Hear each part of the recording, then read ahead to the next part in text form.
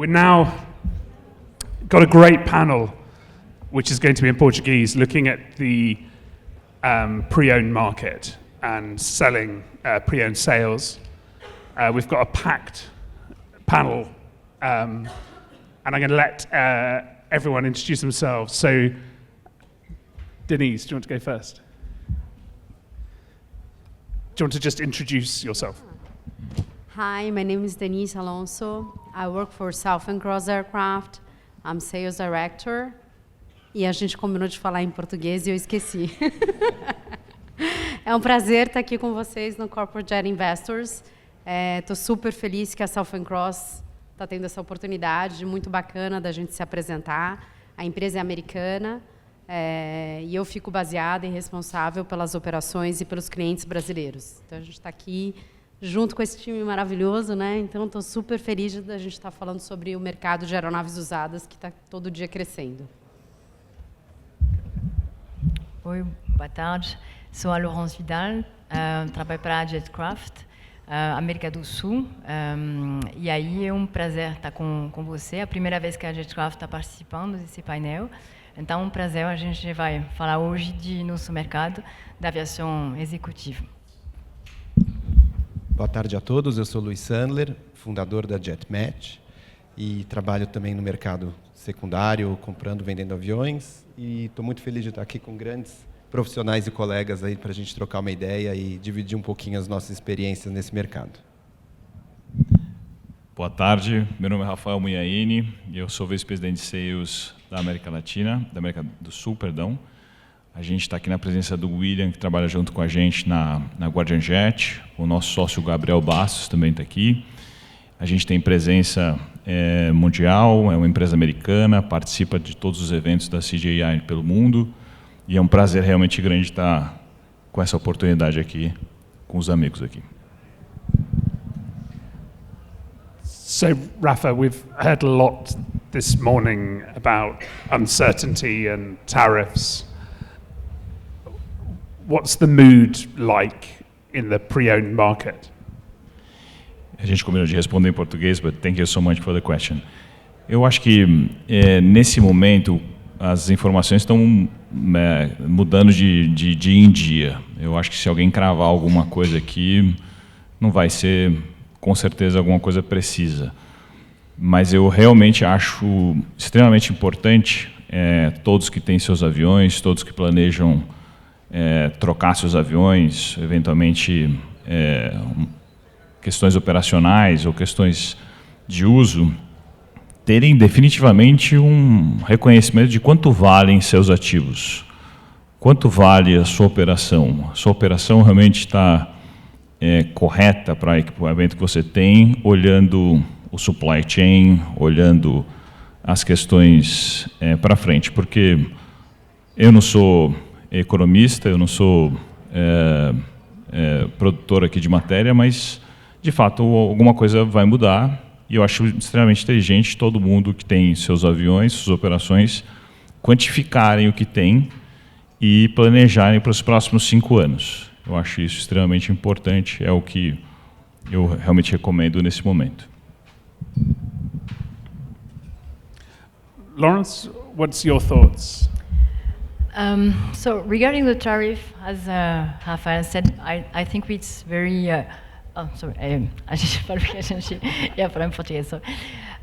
Então, como o Rafael falou sobre as tarifas, acho que é um pouquinho cedo para poder saber o que vai acontecer. O fato é que, em termos de mercado de aviação executiva, o mercado está crescendo, principalmente para o Brasil. E a gente, na Jetcraft, a gente sempre faz uma análise de mercado e a gente vê previsões muito positivas para o mercado em geral. Para os próximos anos, a gente está com uma expectativa muito grande de crescimento da aviação executiva. E também a gente vê uns fenômenos que são interessantes, são novos, eu acho, que cada vez o mercado de os compradores de aviões executivos, eles se tornam pessoas mais novas. Então, a gente vê um movimento onde a gente os compradores de aviões executivos abaixo de 45 anos, eles dobraram esses últimos 10 anos. É uma coisa que, enfim, é um fenômeno um pouco normal e dentro desses números de compradores mais novos, tem uma proporção de mulheres também muito maior, de 29%. Isso também é um fenômeno interessante. Então, isso muda, obviamente, o mercado, porque são compradores com outras expectativas, com outra visão do que uma aeronave executiva, do que quais são as expectativas, o que tipo de aeronaves vão querer. Então, é uma coisa que a gente vê no mercado e que acho interessante compartilhar.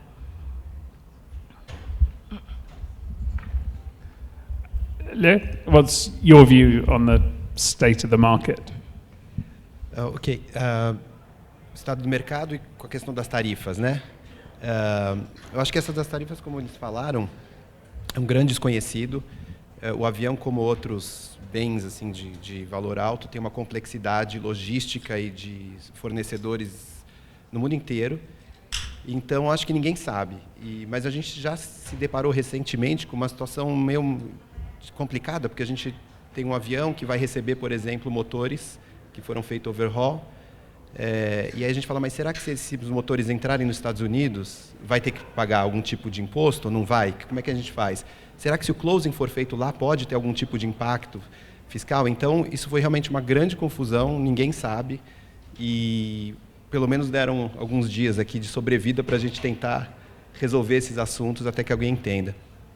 E eu acho que o mercado, no geral, ele tem estado no mundo inteiro consistentemente ativo, saudável.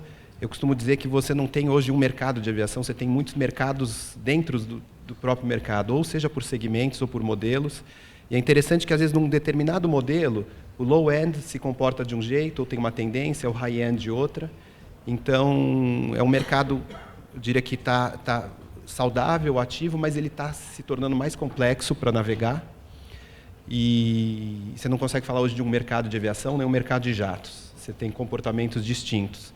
E no geral, eu vejo as operações, as transações mais complexas, excluindo essa questão das tarifas, foi só the frost on the cake, assim, para deixar mais complicado ainda. Mas é isso que eu vejo. Denise, we know that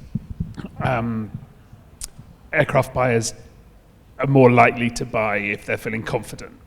Moving aside from the tariffs, in the last few weeks we've seen stock markets fall.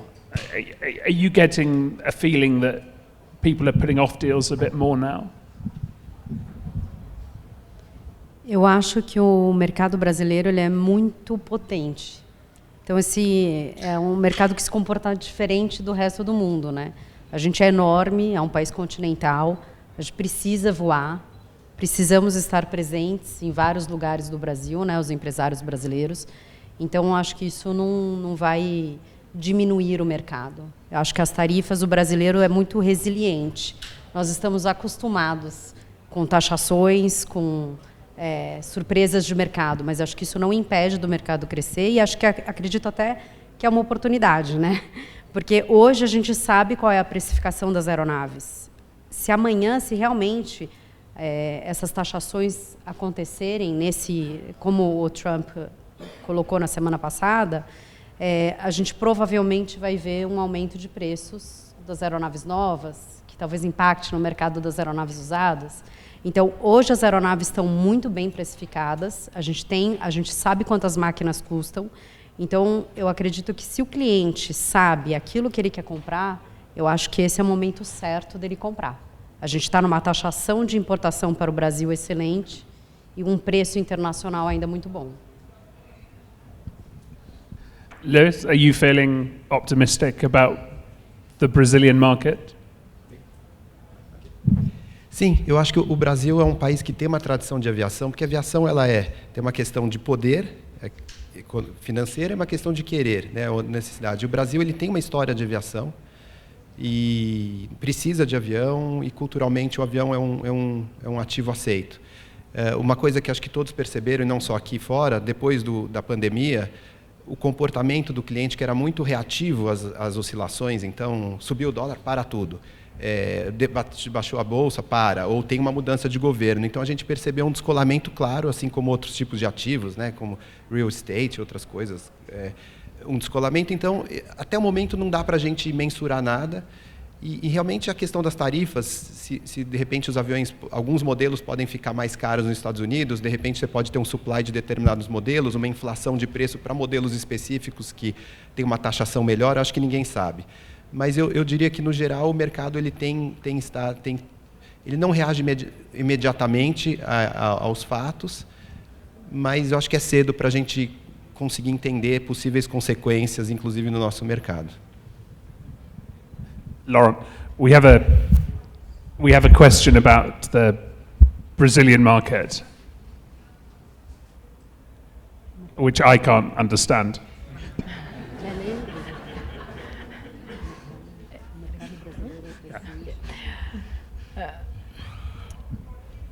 Enfim, a gente, é difícil dizer se ele está parando ou não agora. A gente não vê, por enquanto, um impacto das tarifas, enfim, a curto prazo. Acho que isso vai impactar, se impactar, ao longo prazo.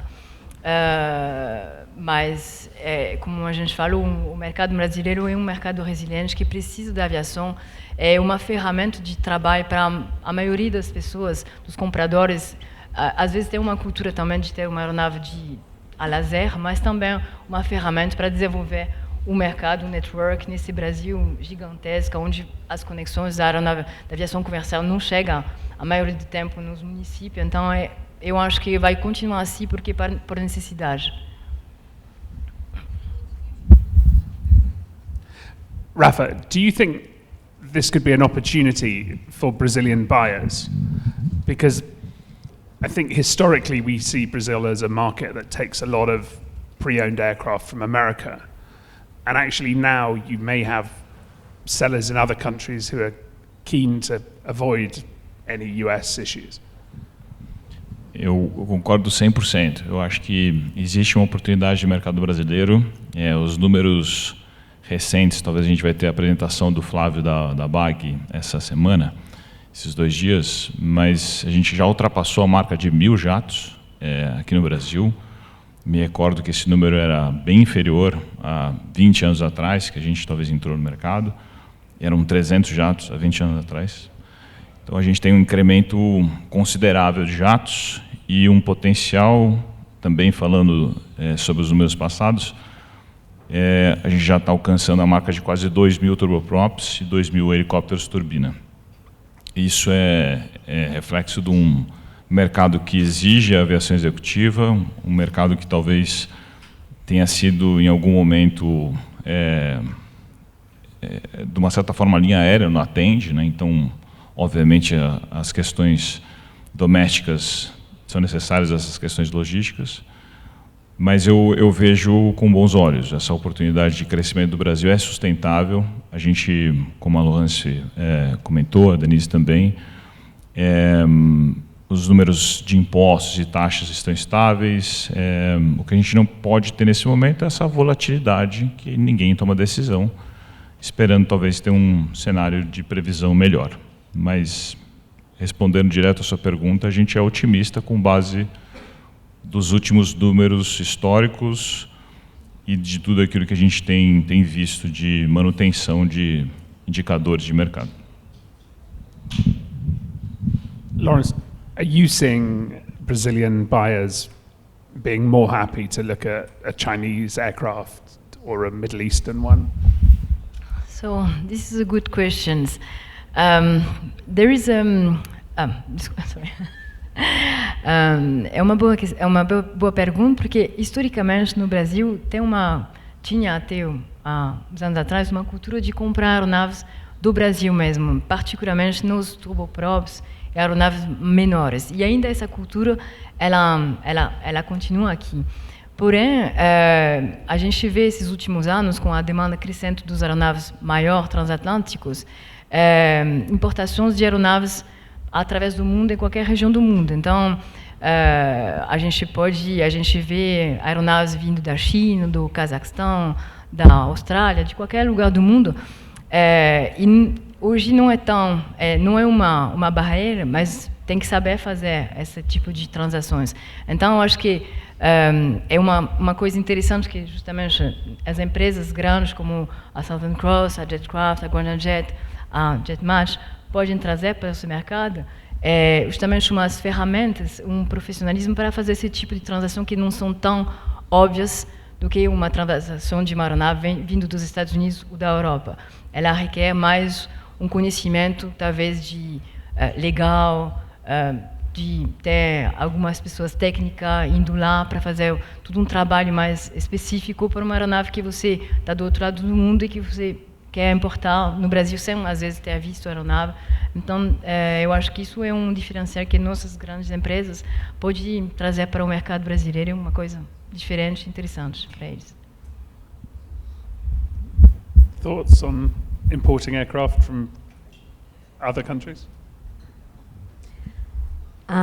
A gente faz muita operação, na verdade, a Southern Cross aqui no Brasil, a gente faz muito mais transações de aeronaves fora do Brasil do que aeronaves aqui no Brasil. Então, a gente tem feito muitas... A gente trouxe recentemente um Praetor 500 da Argentina para o Brasil. Essa foi uma operação super interessante, né? A gente ouviu muito no mercado, não vai conseguir tirar a aeronave da Argentina, porque agora o governo mudou. Eu ouvi todo tipo de obstáculo de vendas, né? Então, acho que foi uma operação muito interessante. A gente trouxe o avião, foi super bacana. Fizemos a pré-compra aqui. Então, é como a Laurence disse, acho que você tem que contratar o broker certo, né? Um broker que seja certificado, que seja associado de grandes instituições, para que possa assessorar, né? Você não está comprando um carrinho, né? É um jato, é um avião, né? Então, a gente precisa ter um cuidado e é isso que a gente propõe, né? Rafa, you were saying that you're sometimes seeing two brokers advising one buyer or seller. Essa é uma excelente pergunta. Eu acho que o mercado brasileiro está se educando, está se modernizando. É muito comum nos Estados Unidos e até entre nós a gente fazer uma transação onde tem um broker que eventualmente está do lado do comprador e o outro broker que está do lado do vendedor. Isso é tão importante porque a gente está num segmento, obviamente, muito técnico e que envolve dinheiro, que envolve tempo e que se eventualmente as duas partes não forem profissionais, tanto o vendedor quanto o comprador vai perder tempo, vai se desgastar, vai ser um processo ruim se for um processo não profissional. Então, eu acho que o que acontece nos Estados Unidos, depois de 10 anos, talvez aconteça com mais frequência aqui no Brasil. Talvez é nossa responsabilidade educar o mercado com relação a essa alternativa de boas práticas, né? E eu vejo isso com bons olhos. Eu tenho visto isso, assim, gostaria de ver mais, mas tenho visto isso com um pouco mais de frequência. Porque, no fundo, uma compra ou uma venda, ela tem um início, meio e fim, é um processo. E, ao mesmo tempo, estamos falando de um ativo caro, que numa pre-buy pode ser muito mais caro do que o necessário, se um dos lados fala assim, eu quero fazer tudo do avião, ou não quero fazer nada do avião. Então, obviamente, ter esse alinhamento com profissionais que tenham expertise do setor, eu acho que é saudável para o mercado como um todo. Lith, JetMatch is doing a lot of social media, a lot of marketing to, I'm guessing, reach younger customers. Are you seeing a trend of younger buyers that Laurence was talking about? Boa pergunta. O que eu percebo é que tem duas coisas. Primeiro, tem as gerações mais novas dos clientes tradicionais e você tem também novos perfis de clientes, né? E eu acho que hoje é muito mais diversificado, né? Você tem realmente de muito mais setores. Antes era muito mais estreito. O tipo de perfil de cliente era muito mais óbvio, de idade e de perfil. E hoje não. Hoje você tem mais de tudo. No nosso caso, eu estou pensando assim, tentando pensar em casos específicos. A gente tem alguns clientes bastante novos Mas eu tenho uma dificuldade de dizer assim, olha, eu estou vendo claramente uma tendência de mais compradores novos. Eu não sei se porque talvez muitos clientes que a gente atende são clientes já de muito tempo e que a gente tem uma recorrência deles. Então, mas eu vou ficar... Tenho dificuldade de responder essa pergunta. Claramente tem uma tendência. Não posso dizer no meu caso se isso é uma tendência ou não aconteceu ainda.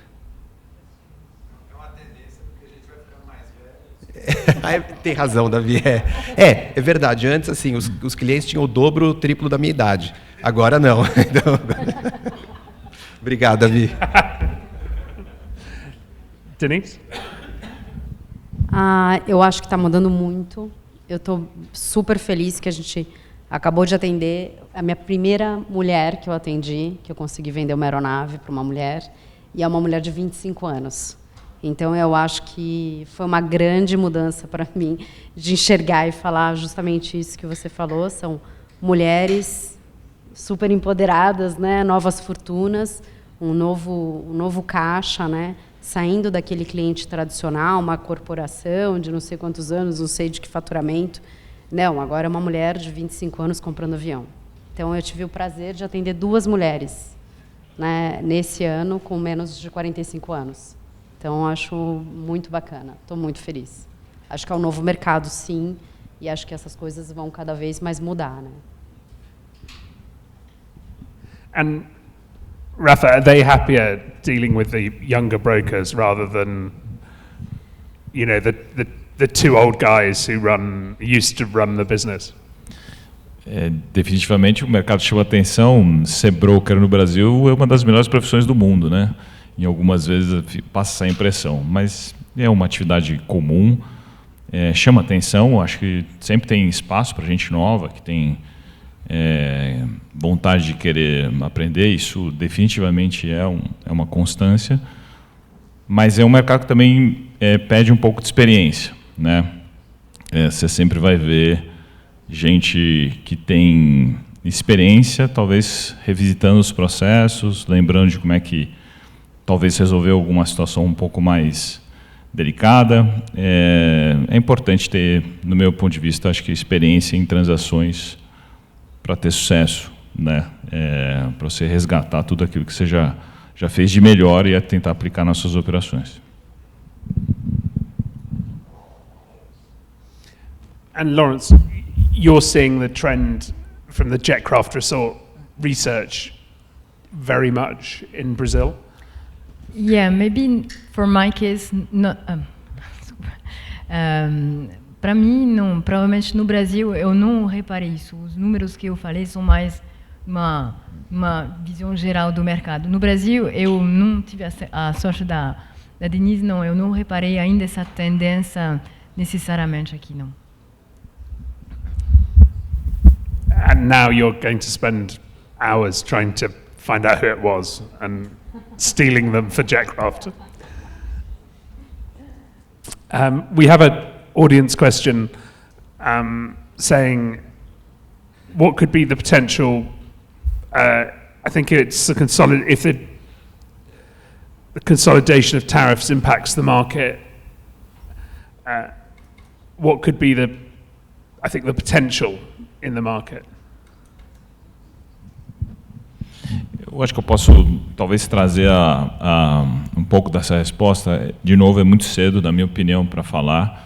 A gente estava discutindo com alguns especialistas do setor sobre questões de tarifas nos Estados Unidos, e hoje, por exemplo, se você tiver uma situação onde você for fazer uma pre-buy nos Estados Unidos, supostamente, se o avião, eventualmente o avião que teria tarifas, ele já teria que pagar a tarifa na entrada da pre-buy. É uma leitura. Ninguém crava essa sugestão, mas tem gente, nesse momento, evitando de fazer pre-buys de aeronaves que eventualmente tenham tarifas nos Estados Unidos. Então, seria uma alternativa a fazer fora, né? Então, essa é exatamente uma das respostas aqui, né? A gente, talvez, em função de dificuldades de mercado que tenha tarifas, pode ter redução de preço, pode ter outras aeronaves que fiquem mais vendáveis no mercado brasileiro. Então, muito cedo para falar, mas vejo uma oportunidade. Okay, we have a question from Raul Gregorin. I think this relates to Lewis. I'm going to you with this. You've had the notary escrow accounts, relatively new. Have you seen them being used in sales and purchases? Isso está começando. Eu acho que é interessante que tem uma primeira coisa a questão de regulamentação e a questão também cultural. Então, quando existem as transações internacionais, a gente aqui fala, bom, tenho que seguir a regra de quem está mandando, né, de como funciona o mercado no mundo. Então, as pessoas entendem e se sentem seguras em usar uma escrow e pagam o preço. Não é nada perto nos grandes números da transação de um avião, não é muito, mas é um número significativo. Pode ser 10, 20, 25 mil dólares. Aqui eu acho que tem uma questão cultural. Você fala, poxa, mas eu conheço a Lohans, eu deposito na conta dela, por que eu vou usar a escrow e pagar 5, 10 mil dólares? Então tem uma questão cultural e é quase como se fossem dois lados do mesmo cérebro trabalhando. Então acho que tem o desafio, mais do que a regulamentação, é cultural das pessoas falarem, poxa, se você utiliza isso lá fora e se sente seguro, isso dá segurança para o comprador, para o vendedor, para a operação, por que você não usa aqui? Mas o que eu percebo é que as pessoas vêm, avaliam, mas na hora H falam, não, eu confio nele, eu sei que eu vou depositar o dinheiro direto na conta. Então, tem um trabalho, mas é uma questão de tempo. Isso, com o mercado crescendo, se profissionalizando, inclusive novos compradores com outra cabeça e de outra geração, a tendência, eu acho que é querer usar ferramentas profissionais para blindar melhor as operações, sim. Mas eu acho que vai levar um tempo.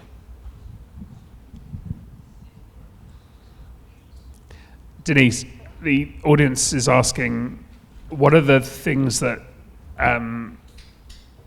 affect appreciation the most? Connectivity, flight hours, maintenance programs, registration? Acho que o que mais impacta no preço das aeronaves é a disponibilidade de motor, né? Acho que está aí o coração da máquina, né? É claro que como ela é mantida e também essa questão da conectividade, acho que foi uma coisa falada aqui hoje e que a gente tem uma dificuldade também, né? Porque tem muita internet que funciona fora do país, mas não funciona para o brasileiro, né? Não funciona ainda no Brasil. Mas nós todos aqui trabalhamos com ferramentas que justamente conseguem fazer um valuation correto da aeronave, né? Então, aqueles equipamentos que são adicionais, né? Além do standard da aeronave, o que mais tem adicional para poder precificar a aeronave corretamente e quem manda no mercado, aliás, quem manda no preço é o mercado, né? A gente tem que olhar as aeronaves que estão à venda, por quanto elas estão sendo vendidas, e eu acho que isso que a gente consegue balizar melhor o cliente com relação ao valor, né?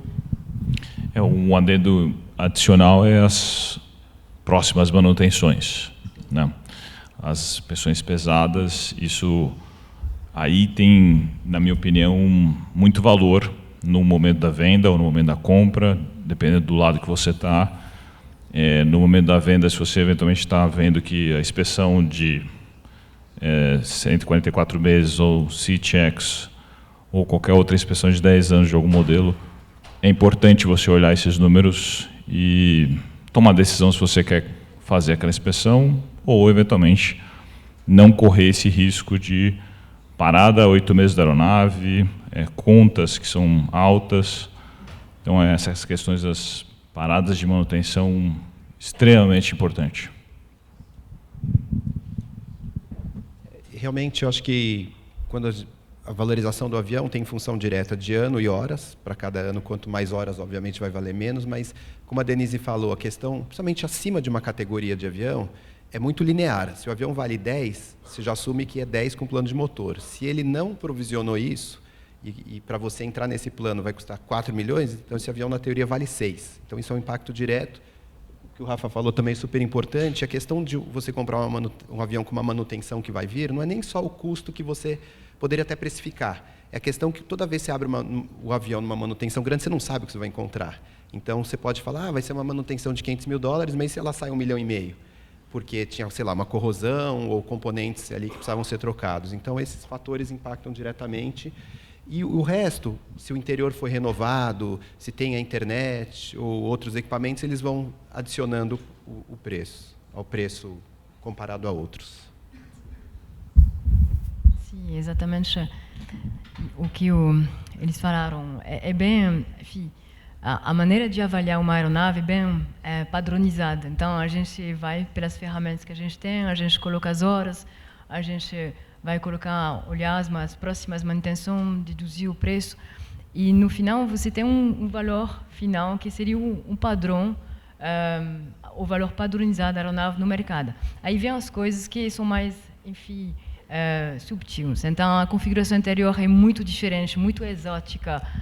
Isso pode desvalorizar um pouco a aeronave, assim, ou pode valorizar se tiver uma pessoa que está procurando exatamente esse tipo de configuração. O país de origem, às vezes, sim, também pode influenciar. É sempre mais fácil, vamos dizer assim, de comprar uma aeronave dos Estados Unidos, da Europa, do que num país mais exótico. Mas, enfim, também não significa que a aeronave não é boa. Aí a pessoa vai entrar mais em detalhe na questão da manutenção, como a aeronave foi mantida, tudo. É tudo um processo, mas eu acho que esse tipo de coisa é bem padronizado no nosso mercado. E o pedigree da aeronave também, a gente não comentou, né? Mas aquelas aeronaves que são administradas pelos grandes flight departments dos Estados Unidos, sem dúvida nenhuma, são aeronaves que você não teria grandes problemas em uma inspeção grande, caso eventualmente seja um número precificado no momento da sua compra. Eu acho que o pedigree também é bem importante trazer como uma das variáveis quem operava, de quem fazia manutenção, né? Onde operava. Um último comentário, que eu acho que é interessante falar, a Denise tocou no ponto que, óbvio, isso aqui é dentro de um determinado mercado, mas aí como é que você entende o mercado?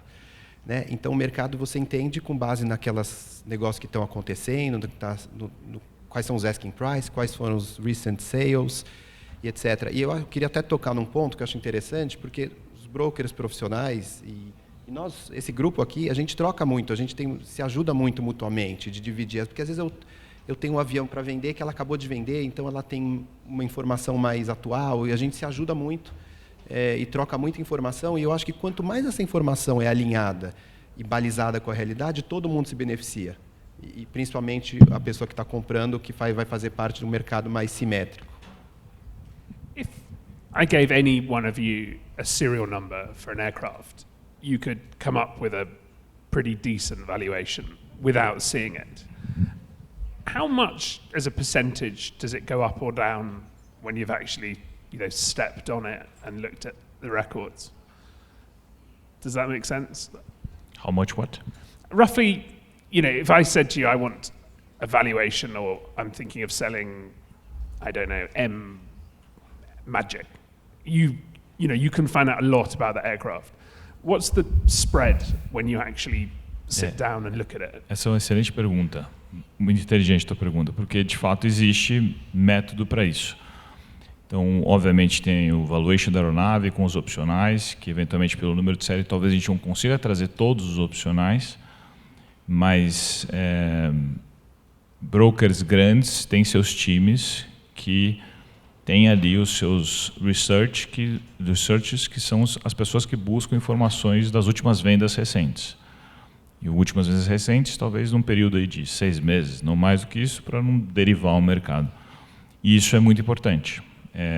Não adianta nada você cravar o Blue Book ou o VREF se eventualmente existe um modelo que está perdendo preço ou eventualmente até ganhando preço. Então, ter fonte de informação, ter dados precisos é fundamental para não deixar dinheiro na mesa, no popular, né? Então, assim, varia, é possível a métrica e tem dados que a gente auxilia os nossos clientes que é possível fazer isso. Eu nunca Eu acho que uma forma de mitigar também, se você está comprando um avião, vamos dizer, você faz uma oferta, um determinado número. Faz de conta assim, nós estamos operando, o Rafael está comprando e eu sou o broker dele e eu vi o número teórico.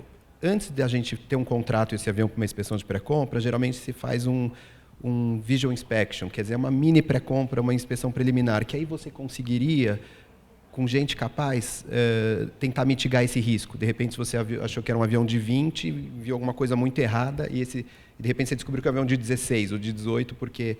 Mas se chegar nesse caso, provavelmente você nem compra, porque alguma coisa que possa afetar muito o valor vai ser, por exemplo, um major repair, um major damage, um major corrosion, então você já sairia, você já vai ter cláusulas de walk away. Mas eu diria que se você olhar, dificilmente se você precificou e você descobriu que o avião era melhor, você vai querer pagar mais. Então, geralmente é para menos. Eu acho que, para responder a tua pergunta, talvez uns 10% você poderia ter uma variação, mas isso é muito best guess. Assim, do que você modelou e na hora a surpresa que você teve. Lauren, we've got a question from David. What is the perception of Brazilian aircraft outside Brazil? Eu acho. Yeah, so for example, I know Yeah. for many years Chinese aircraft, Yeah. a lot of people see Chinese aircraft could have corrosion. Yeah. How do people, without offending everyone in the audience? Eu acho que realmente a história da aviação do Brasil mostra para os países de fora que ela é uma aviação, eu acho, extremamente bem cuidada. É raro aqui no Brasil ver uma aeronave não hangarada, é raro ver uma aeronave suja, não mantida. Então, isso faz como a reputação, embora a gente está na América do Sul, no sul da América do Sul, eu acho que a percepção é realmente positiva. Talvez, falando do asset, da aeronave. Agora, a questão da transação, aí talvez é outro assunto. A gente, talvez, comparando com um mercado mais elaborado, estruturado, a gente talvez tenha uma forma de negociar, tratar a transação, vamos dizer, menos objetiva. Isso talvez seria uma coisa que não facilitaria o negócio. Mas em termos de aviação do asset, eu acho que ele é bem visto, geralmente. Então, eu acho que é muito importante toda aeronave que você vai vender ou comprar ter um storytelling. Contar a história daquele avião, por que aquele avião é diferente. E a gente, sendo brasileiro, a gente, muitas vezes, com os impostos pagos, a gente é cobrado pelos nossos clientes, eventualmente, numa venda, para tentar recuperar os impostos. Definitivamente, o interior dos aviões são mais bem cuidados, mas você tem toda aquela história para contar de que o avião sempre fez a manutenção, operou bem, não tem corrosão. Acho que depende muito de como você consegue vender o avião. Acho que é bem importante para reter preço. Okay. Denise, what advice do you give to clients about pre-buys? Sobre o que recomenda para pré-compra, é isso? Quais recomendações que vocês dão aos seus clientes em relação à pré-compra? Primeiro, eu acho super importante, não só nós, profissionais como corretores de compra e venda de aeronaves, mas também sempre tem um time especialista, que são os administradores de aeronave, que são os mecânicos, né? Então, que realmente tem essa opinião técnica. Corretor de avião não é mecânico, mecânico não é corretor de avião. Então, acho que todos nós aqui, né, estamos uma indústria hoje aqui reunida, então todos nós nos colaboramos e temos uma parte. Então, acho que a gente pode somar juntos, eu acho que isso é muito bacana. Então, temos profissionais especializados justamente para utilizar e pegar essa indicação desse profissional que vai avaliar a máquina e vai sugerir uma pré-compra, utilizando naquele momento, como você falou, né, Luiz, da gente usar a inspeção visual e conseguir lapidar uma pré-compra melhor. Eu acho que esse é o momento certo de ajustar, mas no momento que você faz a oferta, você tem que deixar claro já o que você quer fazer de pré-compra também. Né? Até para precificar, você conseguir negociar no preço certo. Né? Porque brasileiro, às vezes, não quero escolher a pré-compra agora, Pô, mas depois não dá para você chorar muito no preço. O que você quer? Você quer uma pré-compra muito pesada ou não, né? Então, tudo isso influencia na precificação da aeronave. Lewis, the question here is, with the uncertainty, what are your thoughts on new aircraft demand?